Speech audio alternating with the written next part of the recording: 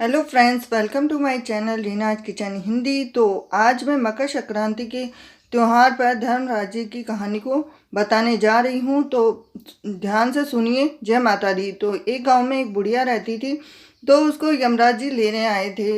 यमराज जी जैसे ही लेने आए तो रास्ते में चित्रगुप्त जी जितनी भी कहीं पे तालाब आ रहे हैं, कहीं पे कौवा आता है, कहीं पे कुत्ता आता है। तो धर्मराज जो चित्रगुप्त जी बोलते हैं कि आपने कोई दान किया है या नहीं किया है। तो जैसे ही रास्ते में जाती है बुढ़िया तो एक तालाब आता है। तो तालाब के सामने एक गाय खड़ी होती है। तो यमराज जी बोलते हैं कि आपने कभी गोदान किया है नहीं किया है। तो वो बोलते हैं कि मैंने गोदान किया है।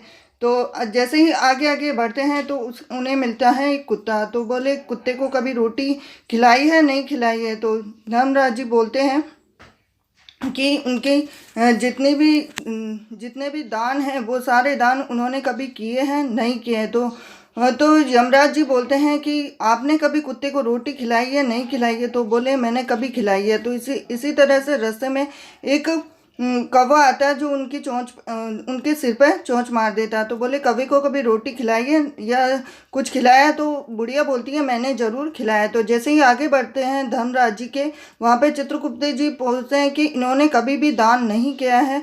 तो जैसे ही उनकी जितना भी लेखा जोखा देखते हैं तो बोलते हैं कि मुझे 7 दिन के लिए धरती पे भेज दो, मैं व्रत करूँगी और मैं जितने भी दान पुण्य हैं उनको पूरा कर दूंगी। तो जैसे ही धर्मराज जी उनको बोलते हैं चित्रगुप्त जी कि मैं आपको 7 दिन के लिए धरती पे भेज देता हूँ अपने गांव। तो वो अपने गांव आ जाती है।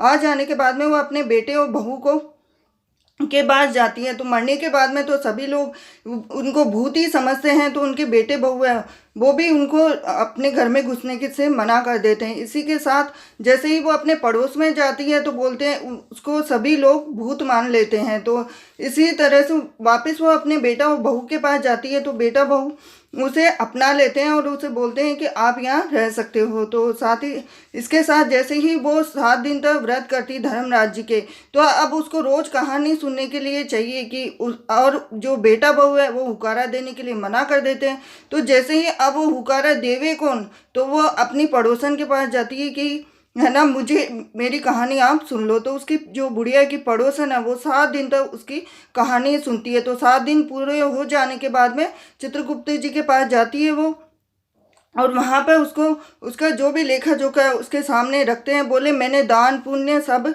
किए हैं। तो इसी के साथ यहाँ पर चित्रगुप्त जी उसको बोलते हैं कि मैं जितने भी दान पुण्य किए हैं आपने उनका फल आपको जरूर मिलेगा।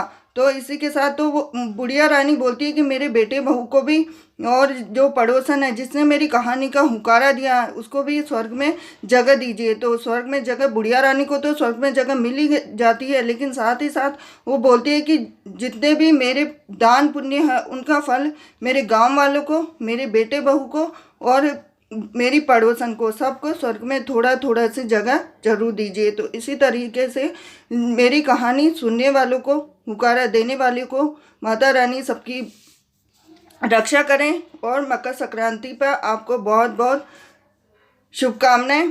तो इसी तरह से धर्मराज जी की कहानी आप साल भर तक सुन सकते हैं और इसी दिन से मकर संक्रांति के दिन से ही आप शुरू कर सकते हैं।